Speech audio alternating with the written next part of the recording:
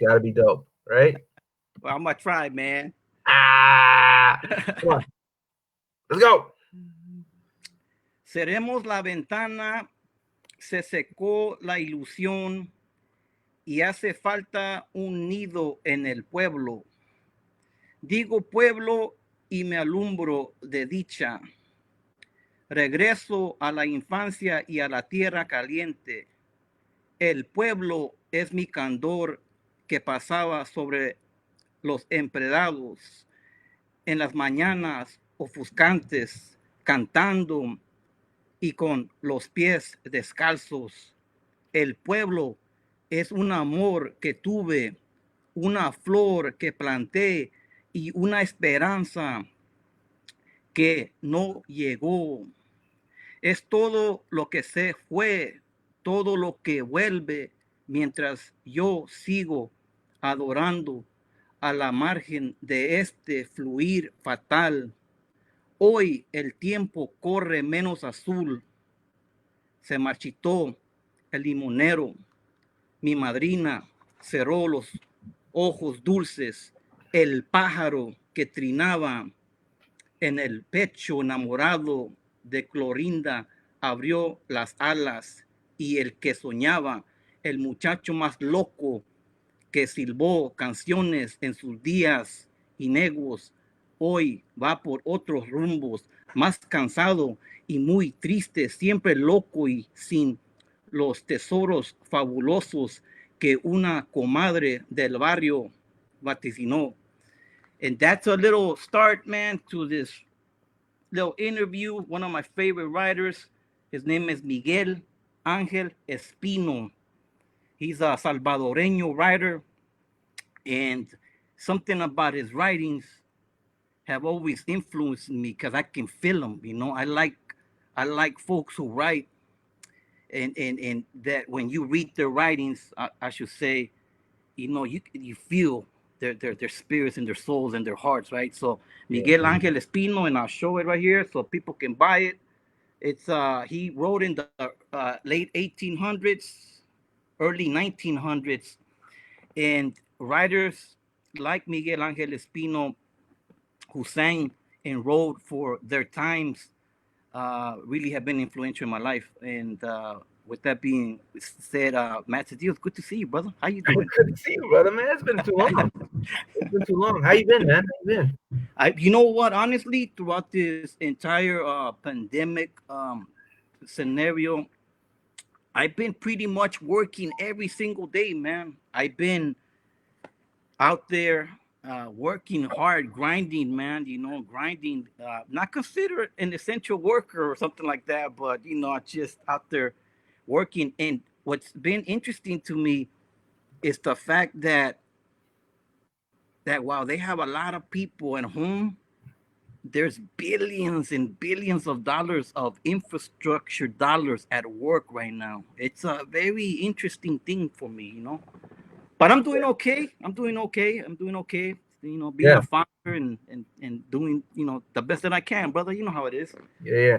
So we're joined this hour by William A. Gonzalez, who's going to share with us some poems, some stories. So me and you, William. I think we originally met when we were doing stuff with. I know you were working with Caesar, but I think I originally met you working with Jeff That's over correct. at Tia Chuchas. Yeah. So That's tell correct. tell our audience a little about Tia Chuchas and how like what we'll tell our audience a little bit Tia Chuchas, and then we'll talk Oh about. man, for me, Tia Chuchas is it's a spiritual, like a spiritual life saving like temple type deal, man. For our times, it's a place it's a leader in a lot of these community spaces, right? I think a lot of community spaces kind of look up to Tia Chuchas because they do a lot of things there. The poetry is one thing, but their involvement in the community, right? What they do with young children, right? Teaching them how to do son jarocho, teaching them how to play musical instruments. They have a great youth program that is led by my sister. I keep forgetting her name. Man, she's gonna get mad at me, but it's called the Young Warriors. I do know the name of the program that they have, and that they help youth that are not necessarily, well, the public will no, label them as troubled youth, a title that I don't really like, but it's just youth that need guidance, right? They Mhm. work with those type of youth. They do a lot of things, man. They sell, of course, they sell books. And it's spearheaded and led by Luis J. Rodriguez, who I love a lot, man. It's a great maestro, great influence in my life. But also, I think more importantly, quietly behind him is like who I refer to as the community mother of like many community spaces, Trini Rodriguez. Man, I love her. She's um, she's quietly, man, a very important figure in a lot of this stuff because even though she's soft spoken, man, when I listen to her talk, man, I'm blown Yeah, away sometimes. So I sit there and listen.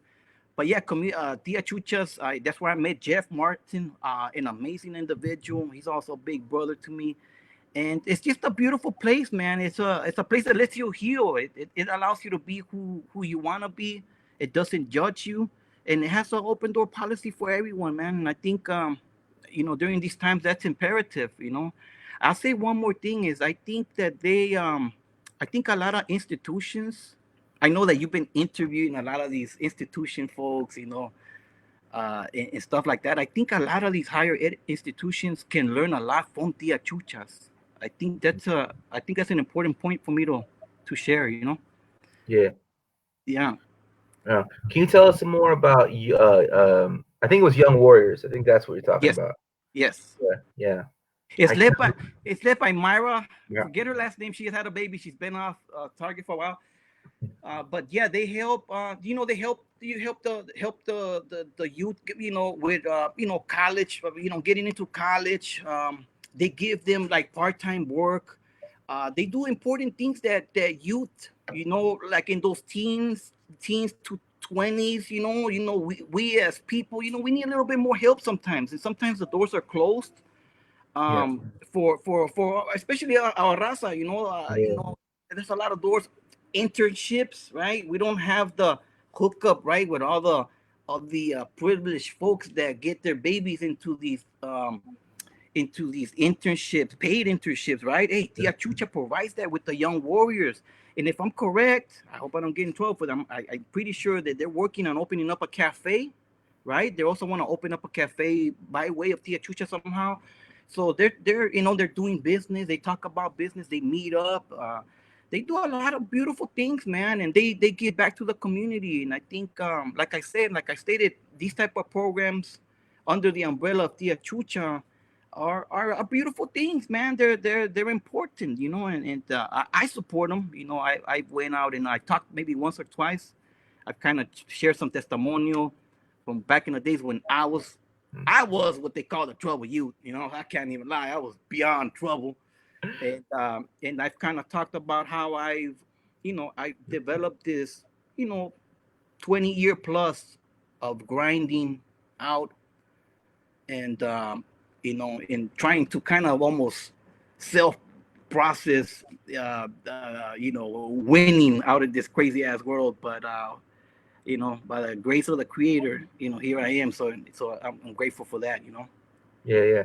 No, I definitely think that the ages between like 17 and early 20s, that whole age range, very transitional Yeah. period, in everyone's life, and I think that there's a need for guidance, and other people who are a little more privileged or come from more privileged community tend to have more networks. Their names on an application look differently than ours, and it's so we need even more guidance, or we need even more of a community effort to help us out. So I completely agree with what you're saying. It's a beautiful thing that Tia Chuchas is doing. Can you talk a little bit about though your experience with Tia Chuchas, like you going in there for the first time? What was it like? Man, the first time I went in there, it was a blessing, man. It was like this. Check this out. This is what I told my lady. I said it was like finding the church I've been looking for my entire life. I said it like that, because what I heard and what the love that I encountered there, was something that I really, man, I really treasure. I really, treasure that moment when I first went up in there, and then I think the people that I've met there have also, been very. There's, I continue to have relationships with these people, and I love that. Like everybody that I met at the Chuchas is cares for their communities. They're there to help you if you need advice. You need some love. Stuff like that.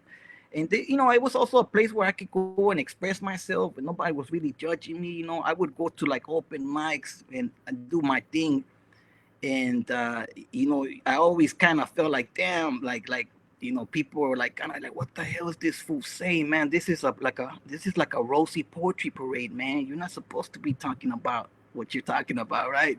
But at the Chuchas, they don't care. They allow for you to express yourself, and I think places like that help individuals grow, right? When you can feel like, okay, this place accepts me for who I am. Those, as far as I'm concerned, those are the type of places that I want to support always, and I do when I can. So I was even donating a little bit of money before when I was doing a little bit better. But you know how it is with us. Sometimes, hey, money comes and goes, and When it comes and goes, yeah. I'm a hustler. You're a hustler. You know what I'm talking about. Something. It's a feast and famine game out here. You know what I mean?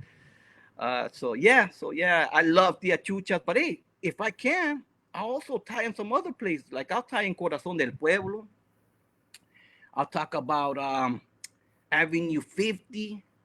What other place was been influential? Oh, I forget Edie's and this place, LA Underwriter. I forget LA, what LA Riders Underground. Riders Underground. That place, damn, man. And the thing is this, like being able to go to these places, after work, after doing things with your children, after just the robotic, line of life. I love these type of places, and I tell you what, I think that even people who are considered, high institution, PhDs, which, as we know, some of these people are just pendejos with debt. Um, uh, they go into these places and they get humbled, right? Like I've seen people, that get humbled listening to you, Matt. You go up in there, man, and when you start reciting some of that poetry you be spitting with the historical context and all these timelines and this information that you're providing and that you're articulating in the way that you've written it, man, you take them to school, and it's like escuelas for the escuelas kind of thing. That's the way I see some of these community spaces, right? It's escuelas for escuelas, you know what I mean? So yeah, so that's a little bit about the community spaces, and I think it's important. And I support them as much as I can. Yeah, I yeah. got some tacos. I got to take a little. I got some horchata. I got some tacos. Tacos super gallito. Little advertisement. Let's advertise. Raza, If you believe in it, like support it. Hey, so the other question I want to ask. So you mentioned Avenue 50. We've had a couple people talk about that. You mentioned Iris Dianda. We've had her on, and we'll talk about the space she was running at the East Side Cafe. But now I think it's at well, now it's online, but but they moved it to, I think, called Other Books. But what we want to talk about right now though is Corazon del Pueblo. Let's talk about Corazon del Pueblo and the y legacy of Corazon del Pueblo. Corazón del Pueblo, man, is for people who never had the opportunity to go to Corazón del Pueblo. It was like what people refer to in terms of like these restaurants, like hole in the wall. It was like a hole in the wall environment, man. And I'll never forget that the very first thing that humbled me about going to Corazon del Pueblo was the smell of Corazon del Pueblo. I can smell the grind of the community, man, when I walked into Corazon del Pueblo, and I knew, oh, this is chulada right here. This is what I've been looking for. I think you were hosting one of them. You hosted there a few times, and I think I read right while you were there, stuff like that. But I just go here and there and just sometimes just listen to the unbelievable stories, poetry, just brothers and sisters healing. Like that kind of stuff at Corazon del Pueblo was unbelievable. It was another place that I needed to go to here and there to kind of reheal, kind of reset myself, kind of like just spiral back into what I needed in my spirit. I would go to like Corazon del Pueblo. And check this out. Corazon del Pueblo has leaders. There's leaders. I see them. They're doing social work now. They're doing other kind of work in the community and stuff like that. And I gotta share this because it's connected to Corazon del Pueblo. I ran into a dude. I want to say his name is Tupac something. He used to be part of the Corazon del Pueblo. He was one of the main dudes there. So I became an IBEW 11 journeyman not too long ago. And at the front door is the dude that used to be running Corazon del Pueblo, one of the dudes that was, and now he's Paco. Paco, that's Paco it, Chico, yeah. Paco. So I ran into Paco, and it gave me an orgullo to see a brown brother like he was. I mean, this dude was dressed like a politician. I mean, he looked better than I mean, this brother, he was shined up, suited up, tie. You know what I'm saying? Looking pretty. He has that boy's a pretty boy, anyways. But he was just shining that day, and he was the dude that was greeting all of us at the door. And I looked at him, and we really didn't know each other. I forgot his name, but I said, "Man, Corazon del Pueblo." He looked at me in my eyes, and we had that connection. And it was a beautiful thing to connect the community space of Corazon del Pueblo with an individual who is in a leadership role, right? For a big organization, man. IPEW, Local 11, biggest electrician union joint, uh, I know, in Los Angeles and probably California. And he's right there. He's a leader. And even more beautiful is that he's part of community organizing within IBEW now, if I'm correct. So yeah, so that's a partial story about Corazón del Pueblo, man. Aquí siempre.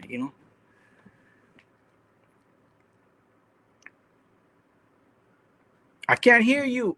I got myself muted so that Okay. like weird little noises don't pop up. That was a mistake I was making in the beginning. So I'm like, okay, but now I'm making the mistake of like, oh.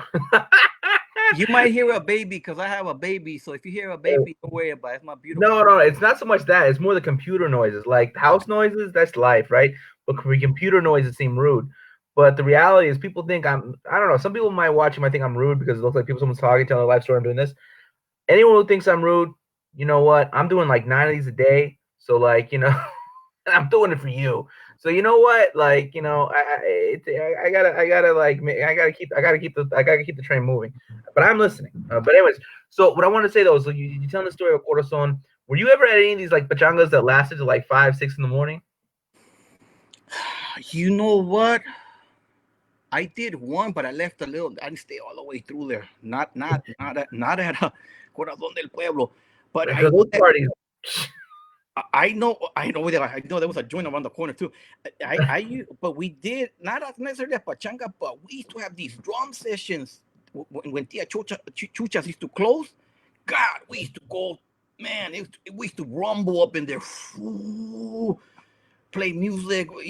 Some of us weren't even musicians, but we were just in there healing, sweating, way after Tia Chucha was closed, 2 in the morning, todavía right there. The beautiful thing is people of all colors, all races, black, brown, white, Asian, you name it, all in there, man, just healing. So yeah, that's a beautiful thing, man. Yeah, that was beautiful. That was a beautiful spot. Can you share another poem with us? Yeah, well, yeah, I'll share and I'll advertise. If that's Hell okay? yeah. I'm gonna do the Wandering song, man. I want to make sure that everybody goes out and cops this. I'm proud to be in here, man. I'm just grateful and thankful, man. Central American writing, the United States of America. And I'm gonna read a piece that I like. Like a lot of people that you're gonna get up here, they want to read their own stuff. That's cool. But nah, I'm not gonna do that. I want to read other people's stuff. I wanna this one right here. I want to read Edith Diande. I'm a fan of her. She's a hella Edith Diande is a hella soldier, man. She's a poeta. Just a beautiful soul, and she has she has a lot to offer this world, man, and I enjoy her writing and her poetry stuff like that. So I'll share a piece. It's really short. It's called Descalza, and it goes a little something like this. And because you know what, the problem is that I'm blind with my glasses and blind without my glasses, so I'm totally messed up. Matt, Yeah. it says, "I step foot on the soil of my mother's tongue, barefoot at 10 years old. The men with guns lined the dirt roads to Abuela's house. My eyes taking smoke. A memory has been burned into the air.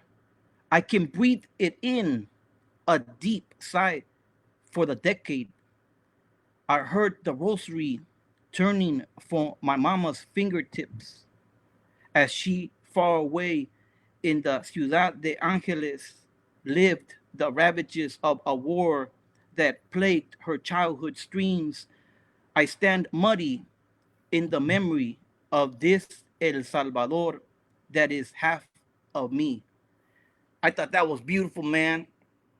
And I love that, a lot of people don't know this, or I think a lot of people do know that she's Salvi Mex. And I like that she Mhm. represents for both sides of who she is, which is imperative because I'll say this here live, uh, that a lot of people hide their other identity at times, right? Especially when we're talking about a delicate thing like El Salvador and Mexico, right? Some people, I know people who are of both races, right, in the blood, and don't claim one of the sides or the others, which is so stupid.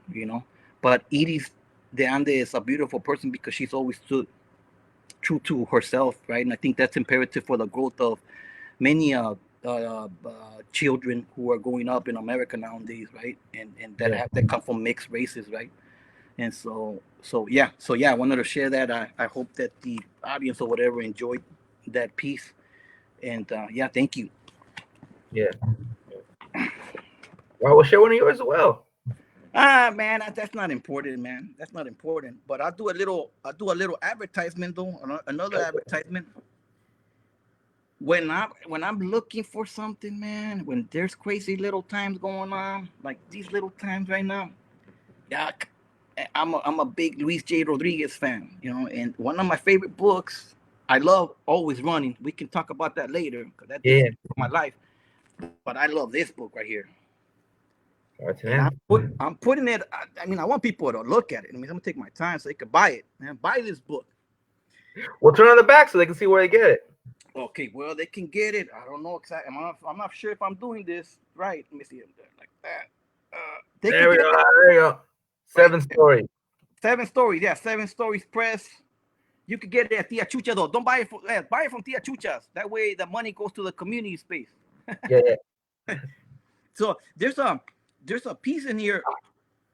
It's not by Luis Rodriguez, but he he quotes a writer here, William Stafford, and it trips me out because this quote kind of goes with these times, and it says something like this. It says, "For it is important that awake people be awake, or a breaking line may discourage them back to sleep.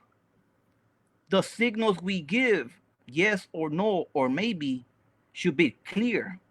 The darkness around us is deep." Damn. William Stafford, by way of Reese J. Rodriguez,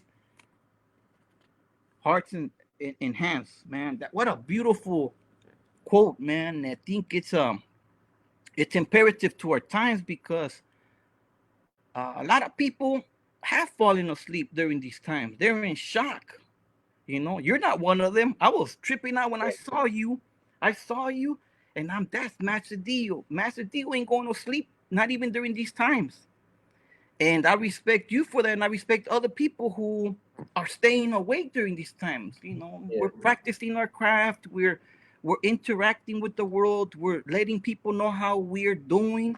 I mean, the cycles of up and downs are gonna be there, but Yeah. Yeah. man, we gotta understand that craziness is there, but we just gotta keep flowing through there, and Yeah, I agree with that. I think right now there's a lot of people are talking about like, like don't feel pressure to do this, don't feel pressure to do that, don't feel pressure to do that. And you should never feel pressure to do anything you're not like comfortable beyond doing, right? yes, At the same time, like don't feel pressured, but don't get bitter. Like yes. don't get bitter when those of us who can like who don't crack under any kind of pressure, you know, come through. Don't get mad. Oh, trust me, man. Yeah, I can feel the salty people, and I just, I'm like you. I just laugh, and I keep moving. You gotta keep moving. You gotta keep moving yeah, forward, and that's always gonna be there, man. I mean, we can only yeah, control so much, man. We gotta live, learn, move on. We gotta move on. This world moves too damn quick, man. yeah, Even like during these times, like just the other day, I opened up a business, man. During these times, yeah, I opened up a business, man, and it might not generate no money right now, but hey, I'm preparing. I'm shaving, shaving the or preparing, or articulating, cutting up what I want to do in the future, right? So I'm already working on that, man. You can't like I always advise folk that even during crisis, there's times where you can open up the avenues of opportunities for the future, and I think it's imperative that people know that. yeah. So so tell us about this business. Oh yeah, it's kind of what I do. I do technology infrastructure, and without the infrastructure of technology, there really isn't. There's not technology, right? You have to, and this mainly commercial. I'm not speaking for residential. I'm speaking. My market would be commercial settings, right? Where like you need to set up the correct networks, the infrastructure for your networks. That way, you could have different systems that you can have control of, right? And that's the kind of business that I'm opening up. And I become a master at it, and I'm thinking to myself, man, bro, you're a master at this now. Why the hell are you gonna continue to do it for other people when you could do it for yourself? Yeah, I might not go full blown by myself, until later on, start picking up the clientele and stuff like that, yeah, and they might do a little bit better. But yeah, I'm in a pretty unique situation. I worked my ass off though to get to where I'm at right now. I'm not saying that I've made it. I'm just saying in terms of my knowledge and my experience and stuff like that, yeah, to put myself in this type of situation. So yeah, yeah. So that's a venture that's coming. And you know what? I tell you what. You know what I tell people right now? I tell everybody that's listening to what I'm about to say right now. Open up a business right now. Everybody, open up. If you can, do it. Do it. Think about this for a second, Matt. The way it's set up here, right? The way the business structure and the working class set up and everything, right? Man, like you can do a lot by having a business. People, even though during these times, right? These businesses, there's businesses right now. They're getting millions of dollars, man, and they're just getting a bunch of money. Of course, there's a lot of businesses that haven't got their money yet, but a lot of these small businesses, they're gonna receive a lot of money. And you know what? A lot of these rich people do, man. They have their children on payroll, man. They have every one of their children on payroll, man. They have their workforce and they have their children on payroll. They're gonna get paid, man. And you know what they're gonna do? They're gonna pay their children, man. They're gonna pay their children, man, with government assistance, stuff like that. You know what I mean? And so there's these things like that's another avenue, as opposed to just sitting at home collecting a paid unemployment. Which if you have to do it, you have to do it. I'm just saying, you gotta do it. You gotta do it. But I mean, there's people that are double feasting here. They're getting unemployment and they're waiting. Their ghost corporate entity, huh, is also gonna receive money. They're collecting unemployment on the personal level, and they have set up a ghost. Because if the basis of business is the understanding that a corporation is just a fake ghost entity that you're running from afar, they're gonna get money from there too. They're gonna be okay, man. So that's what I always say to people: do your job. If you like working for people and you like to, you're one of those people that like to get that money. Get your money, your regular paycheck. But man, we live in a capitalist society, man. Until I see la revolution, I gotta operate under this umbrella. until the revolution takes over. And I don't know if that's gonna happen during my lifetime. I tell everybody, man, open up a business on the side, man. You gotta survive. Hey, people gonna get mad at me. They're gonna bash me on this. That's all right. Yeah. Right, I'm. But anyways, yeah. So tell us about Black Bubblegum. Oh, black bubble gum is a interesting situation, man. Let me advertise it real quick. Yeah. That's the front cover of it right there. Black bubble gum, man.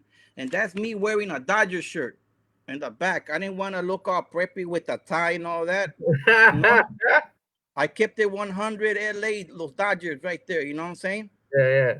And this is what's interesting, man, is that is a real picture of black bubblegum on a concrete sidewalk in urban setting, Los Angeles, Westlake District. All right. And my the publish, when I was gonna publish the book, the graphics department wanted to do some stuff. I said, no, no, no, no, we're not gonna do that. I said, we're gonna just wrap this picture around the title Black Bubblegum. But there is something important about that. Maybe 100 years from now, if anything, I'll be remembered for the guy that that that put the picture, black bubblegum for his the front of the front cover of his book, right? But there's more to that. The voice, the black bubblegum on that concrete. When I was a young man, I always wondered if those black pieces of black bubblegum could speak, what they would be able to tell, right? And I always saw that a lot of people's stories got stuck on that black bubblegum, and then other people spit more black bubblegum on top of them, and more on top of them, and on top of them, and they would walk over them, piss on them. Dogs would piss on them.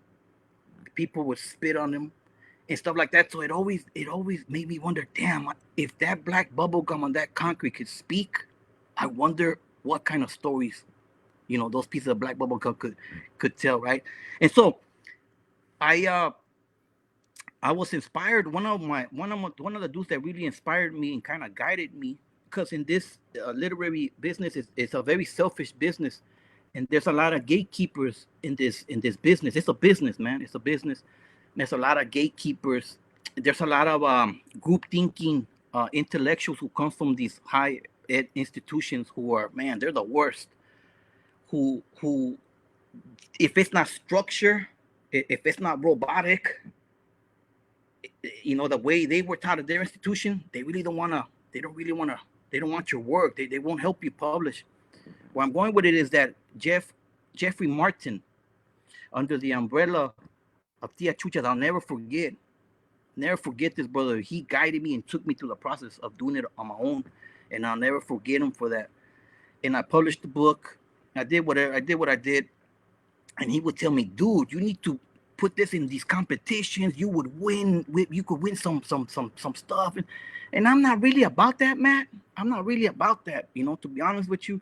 But there's one. He told me to put it in some stuff. I put it into some of these festivals or whatever, man.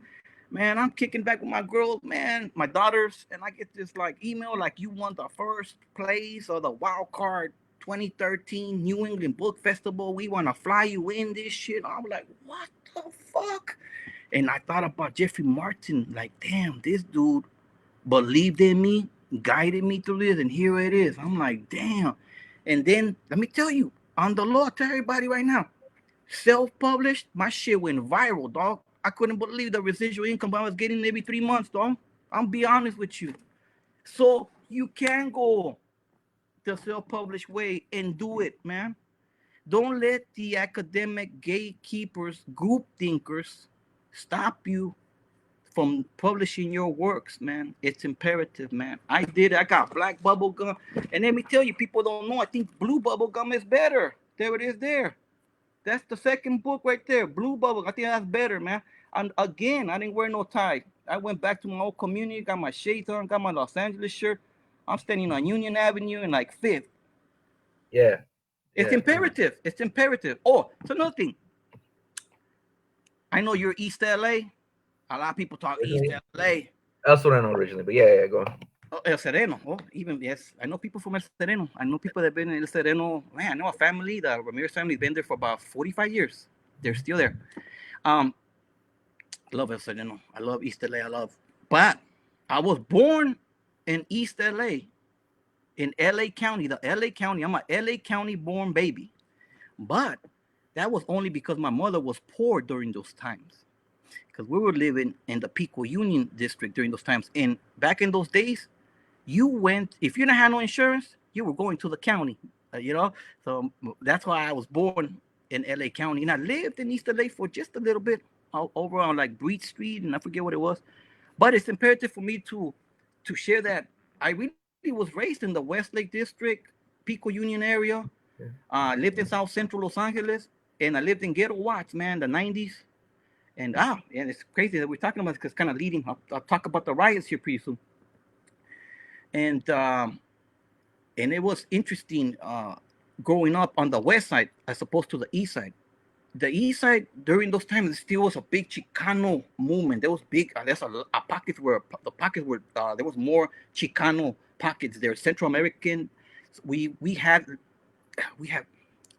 minimal percentages during those times. The times when I was growing up, and I know this to be a fact because as I was going even on the west, going up on the west side, I was like one of the only Salvadoreño, urban made, Los Angeles born, kids running around with a lot of Mexicanos. In Pico Union. In Westlake, yeah, in the Westlake district, which is right above Pico Union. Same, it's the same. It's considered the both, but I represent more the Westlake because it's right up there on Sixth and Union, all the way Okay. to Beverly and Union, MacArthur Park, and that kind of area, right? And I was growing up, and I was like, I could give you an example. I was like, we were one of the only Salvadoreño families in a building of pretty much all Mexicans and one white, a poor white family. And I remember that we had to go through these kind of what. I started finding out that I was kind of, I guess, I was kind of different, also, or we were kind of different, because I remember my mama used to play the old school Salvadoreño music in the big old, back in those days. There were big old speakers, big old speakers, big tall speakers, taller than me, and we had the it was the record players. You remember back in those days, the record players, man. And mama, just one time she's playing some beautiful. I didn't know what they were really saying, but it was just beautiful. It was a Salvadorian artist, and I guess that type of music took her back to our native land, right, of El Salvador, and she would be in high spirits and all this. My mama was bipolar, but during those, when she heard music, she was, in a different mood, right? And I remember this one time she's bumping loud, bro, and somebody comes to our door and they knock. Ta, ta, ta, ta. And my mama she always had the little chain on the door. So she kind of went like this, and I would always stand on the side of the door. So I'm a little kid. I'm like 7 years old. No, I'm like 6, 7 years old. I still remember this, man. She Yeah. goes like this, and there's a lady standing there, dark looking lady. And she goes, "Ay, aquí no se escucha esa clase de música." And then my mom goes, no, disculpe, es que no leí lo que dijo. Excuse me, I can't hear what you Yeah. said. She closes the door. My mom walks to the kitchen, grabs a knife, comes back, unlocks the door, and tells the vieja, ¿Qué dijo, vieja cerota? And she starts running after that lady, boom, down the hallway. And then I go behind my mom as a little kid, and I watch. I've never seen a lady run up steps so fast in my life. Supposed to, when my mama was chasing her. And that let me know that they didn't even want us to play like Central American music during those times. And I was like, oh shit. But when I would go out and play with the boys, it wasn't really, we were kids. But then here come the early 80s. Listen to this. I start seeing young Salvadoreños start landing in our community. And I start hearing my good Mexican friends like talking crazy about Salvadoreños. And I remember this one time as a little kid. I'm a little kid. I'm a little kid, dog. I'm a little kid, man. I'm 8 years old or something, 9 years old or something. I'm running with all my Mexican friends, and then they go, "Oh, ahí está el cerote. There's that cerote right there." I'm like, "Hey, what the fuck?" And they're telling me, "What the hell are you talking about, man?" And then they're like, "Oh," I said, "Man, I'm sorry. I'm Salvadorian. You better stop that shit." Blah, blah. So little things like that started, whatever. And I start seeing a wave of more Salvadoreños. Then my uncle came. My uncle came because they were running away from the war, right? Remember, you got to understand that in the mid 80s, they were really leaving El Salvador. and they were landing in primarily Los Angeles, Washington, some pockets of New York, and it was interesting because unconsciously I was living like history right there, like I was living this history, and no outside perspective was gonna be able to change the way I was living and witnessing the history that was transpiring in front of me, right? And that's why I love like Luis J. Rodriguez and people like you that tell the story of the times, and so yeah, so that was part of that. Then when you're poor, I'll go a little bit more. When you're poor, you move a lot. So because we were poor, really poor, we moved from the West Lake to Pico Union. I lived in South Central, and then we ended up in Ghetto Watts for a while, and then we went back, and then like it was like I kept rotating, man. Poverty, but at the same time I was learning so much. I was learning, about the communities, and I saw a lot of the good in poverty-stricken communities too. There was a lot of negativity, there was a lot of craziness, there was gangs, there was violence, and the most brutal gang that was around when I was growing up was the Los Angeles Police Department, man. It was unbelievable because they were on payroll. That's the only reason. That's why I say that they were on payroll. They were trained and they knew what they were doing. And so yeah, that violence, man, it was there, and it's some things that I talk about in some of these books, and yeah. So, So let's tell us a little about 92. oh, 92. This goes right into 1992. I know that a lot of drive-by journalists get credit for a lot of these pieces that they've written and all this stuff, but I was a teenager in 1992 when the Los Angeles riots kicked off. But what's imperative for people to know is the fact that before the riots kicked off, there was already major tensions building in a lot of these poverty-stricken communities in Los Angeles and abroad. There was tensions. There was gang issues. There was police brutality was at an all-time high, man. They were getting away with all kind of stuff. There was tension with people who were coming from other countries that didn't look like brown and black people, opening up stores, getting rich off the poor people they were serving, but at the same time, they were very disrespectful to the people that they were getting money from. And that was like a quiet whisper too in the community, man. People were just getting tired of getting their change thrown at them after they bought a product from some of these stores. You know what I'm talking about, Matt. There was that kind of tension. There was, unemployment was like the crack era was booming.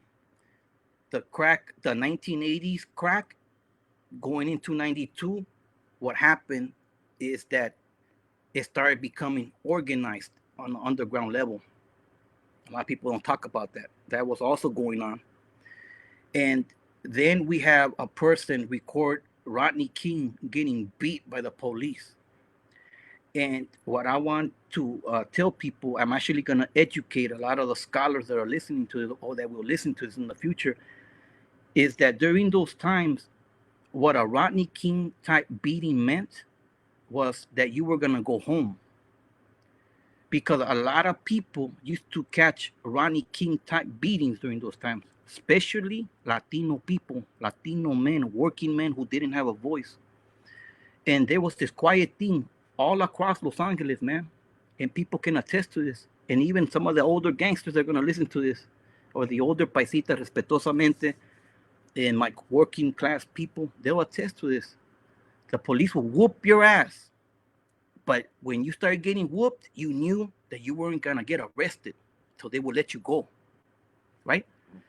When the Rodney King video was circulated to the broader spectrum, the broader viewers, that's when people started, oh my God, they felt a certain way. They started like we're doing now, or like people are doing now. They started panicking, right? And that that created this craziness, right? In our community during those times, in a lot of poverty-stricken community, East Los Angeles, the West Side, South Central, all these different areas. During those times, the community knew they can feel the tension in the community when something was about to go down. Certain things used to happen, and you had to kind of you didn't even have to be a street person to understand. Hey, when you start seeing moms putting the kids in, you start seeing people. There's some things happening, and I remember that when the 1992 riots kicked off, I remember like from our block, we could see the main block. We could see a different kind of movement. The sounds were different. It was like a eerie, kind of eerie, like feeling in the air. And you, when you start looking at people, and they were all looking at each other, and then people started in their pupils, you could see that this was something different. This wasn't this wasn't some little gang fighting another little gang. This wasn't some drug dealer trying to steal some crack. This wasn't somebody trying to do some little rob some store or something. This was something else. And when I remember when I looked down that block, man, I saw what's going on. I started walking towards that commotion. I'm like, what the fuck is about to happen? I see all these people running, and I could see people that I've never seen before. And that's when I knew this is different. As I made a right turn on 6 in Burlington, I remember from my peripheral left side, right here from my left side, in my peripheral vision, I saw John. His name was John. He was a Korean. He was a Korean guy, man, who owned the video store right there in that corner, and I could see that he had a handcuff with a chain strapped to a black bag. And when I saw that, I quickly looked. There was so much going on that I looked at him, and in my mind, I started processing the following. I'm like, damn, why did you do that, John? You're about to get licked. That's exactly what went through my mind, Matt. As I'm processing this thought, I see a big old shiny, I don't know what it was, 944 Glock. Boom, right to his head, bro. And I'm like, oh my God. I looked, and then I just kept walking, man. Because I was like, what the fuck? I just kept walking. I come to find out that he had a couple $1,000. They didn't kill him. They took his money, but they let him go. And I just kept marching, and then I started going with the people. I'm a teen. I'm a teenager during these times. I'm a street kid. You know, one of the things that helped me was that that I didn't have like I wasn't like locked up like a lot of people were locked up in the closet. Hey, mom and daddy said, hey, go to the closet. Nah, man, my mom was at work, and I was worried about her botanica being burned. She had a botanica on 8th and Union, and I saw that the swap meet on 8th and Union was in. They told me, hey, the swap meet, they burned the swap meet because on 8th and Union they burned the swap meet. My mama's shop is like still there, actually, and I remember like what it felt like running in between all the people. It felt like I was burning with the city, but there was this feeling of like kind of like it was funny. It's hard to say. It's like not joy, but it was like it's like freedom. And then like people were doing what they had to do, man. They were busting legs. They were breaking windows, going into businesses, man. It's like they own the places, man. So they started grabbing stuff, and I was just like, man, this was amazing right here. And then this kept going on for a couple of days. I remember this other day, I took a moment. Something always told me, hey, take a moment, Will, and reflect on what you're experiencing or what you're seeing and stuff. And there was thousands of people, man. This is like the third day of this, man. Now it's everybody's out there, bro. Or second day, I think it was. And there used to be a place called El Tianguis on 3rd and Bonnie Braille. El Tianguis. And I stood in the corner of that block, and I just said, just keep back in, just watch what's happening, man. And I saw thousands of people, man. They were going in and out of El Tianguis with all kind of stuff. You saw mothers pushing baby strollers with bags on each side full of product groceries, and their kids all holding hands with bags. All of them had bags, man. I remember this, man, looking at the entire family and the dad too in line, grabbing groceries, man, and walking to wherever the hell they were walking to. And I sat there, I stood there, and I'm like, wow. And then it was an amazing thing. Later on, after they whoever made the call or whatever, I remember that military United States military tank, a military tank, my boy, coming down our block, bro. And they had this dude with a horn in the bullhorn in the back. Uh, we will shoot after this time, blah blah blah. We couldn't hear what the hell he was saying till he got close to us. And when he got close to us, it was just a bunch of young teenagers, street kids, man. They came and you could see the blue eyes. You see the blue eyes, and then one green-eyed fool, one blue-eyed fool. And he's like, they try to tell us, hey, we're gonna get inside. And what we did, man, we all kind of just wait till the guy right in front of us, and we all in line just went, fuck you, like that, man. We stood there and we're like, fuck you, because nobody had ever told us to stay in. Nobody cared when people were getting killed. Nobody cared when the police was beating everybody. Nobody cared that the drug addicts weren't getting no help. Nobody cared about the poverty that people have been facing there for a long time. And so people were just tired, and nobody was scared. Even the military didn't scare people. We're in Los Angeles, man. It's a deal. Hey, there's some parts of Los Angeles, especially during those times, where we're not playing. We ain't scared. We have to survive in LA. I want to share this too, man. I love Los Angeles, man. I love Los Angeles, man. Yeah.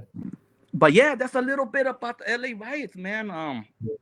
There were interesting times, man, and I share those stories with people that I know. I've shared it with my daughters and them, and, because I want Yeah. them to understand, to understand that things can change really quick. So things could change. Look what's happening now, man. Things could really, really, really change. Yeah, no, it was 1 week we were told like, hey, don't get a fit crowd of 50. Mm-hmm. Like, all right. Then it was like 10. I was like, what? And then it was like, stay your ass at home. And it was like, that happened fast, you know? Crazy. Hey, but you know what's crazy about these times is that in a lot of these places where I've been going to work, man, I've been hearing some of these people talk about they some of them think that they were infected with this virus way back like in December, November. They say that they start. I heard this dude talking. He said, Will, I spent 10 days, man, with these symptoms, man. I couldn't breathe, and I was going through all this stuff, man. I didn't know what it was, man. I just wrote it out and came back to work. And then he said, and then other people start getting worse, and I'm like thinking to myself, I'm like, I start like putting that together with the reports that are coming out from the government. I'm like, oh man, y'all been lying to the people, man. You gotta. No, I know a bunch of people that got really, really sick in like people I know that got sick was mostly around January and February. Yeah. That got really sick. Yeah. I got pretty sick in February, Yeah. Yeah. So I mean, I don't know. I mean, like, I do kind of wonder. Mm-hmm. You know, But but the kid, I know that one kid, man. He was talking November, December. And he said, Will, I had to, man, I went through it, Will. I'm like, man, are you serious? He's like, I went through it, man. I'm telling you, man, I had this. I had to have it. I'm like, I'm not standing away from him, though. yeah, no, I ain't trying to catch what you have, fool, but, like, but I'm listening to his yeah, story, and then, it made me really, like, think, kind of question, yeah. you know. No, but just because we ask questions doesn't mean we're saying anything about being irresponsible or putting anybody at risk. You know what I mean? Well, no, that's the thing, just you do have to be responsible, you do have to be careful, and I think I have a thing too. Like I really always think about the elderly folk. I feel for them. I feel for the elderly folk. So in respect to them, I'm at home right now, but if I'm out there, man, I got my stuff on. I'm making sure that I'm not trying to. You never know. I might have some shit. I don't know, but I Yeah. respect the elderly. Like, and I was talking to older folks. He refused to put on his mask. He said, you don't put. Like, no, no. I said, look, I'm gonna do it to protect you because you just never know, man. I care about you, So yeah, the elderly, is some, they're at risk. So like, I try to follow the guidelines or whatever as much as I can, and respect, because you just never know. You never know. Hey, so this has been a really incredible hour, and I really appreciate the Damn, history it's an lesson. hour already. Oh shit. Okay. Yeah. So I really appreciate the history lesson. I really appreciate. Wow, I was kind of I didn't see it coming. So I mean, that was pretty great. One thing I will say, there's I interviewed this dude Alisorio who's based in the Bay. I had Edward on here who's giving you a shout out. He's Edward is a beast, man. It's a monster, Yeah, man. yeah. But Edward lives in McAllen, Texas. He's got a little baseball. He's got a little LA baseball cap there on his picture. I don't know if you see it. Yeah, no, I see it. I know who he is. He sets up a lot of reading stuff like that. I've actually haven't had the opportunity to actually meet him in person, but Yeah. I don't when this all this stuff clears up, man, I wouldn't mind. Maybe we could roll up to his hometown, man. Do some readings up there, man. It'd be interesting. No, hey, do you think that touching on that? Do you think that we're gonna be doing social distance readings nowadays, or what do you think? You think it? I've been doing some writing. So like me. So I've been like on the desk, making all Mhm. excited shit. Like like I've been like my own independent director. Um, but he's got the LA baseball cap. We talked to Alisorio. He's got a Raiders cap. So even when people leave the city, they're still repping LA. You know what I mean, like that. So I can Yeah. imagine if you ever move to Chicago or to Well, Minneapolis, wherever, you're still gonna be repping LA. always, always. I wouldn't move to Chicago. It's too damn cold. But I'm a big Bears fan. Even though I'm from LA. I'm a big Bears fan. Let's not get that confused, man. I'm a big All right. Bears fan, man. All right. So tell everyone where they can get your book. Tell everyone how they can to find your work. Well, they could just follow me on at Wag Black Bubblegum on Instagram, and you can find it online, Amazon, and those places, BarnesandNobles.com and stuff like that. And yeah, man, if you can support, that's cool. But if you can support some of the other books too, like the Wandering Song, and these other ones, Hearts and Hands, and the Wandering Song, and these type of books, just support, like small enterprises, small literary shops and stuff like that. I want to show off my shirt though, real quick, if I can, man. You remember? Did you ever have a one of those? Peaches. Yeah. I just want to make sure everybody, man, that me. Let's not forget, man, about some of our history, man. All right, brother. I appreciate it, man. I appreciate you too, man. Be well, man. Take care. Thank you.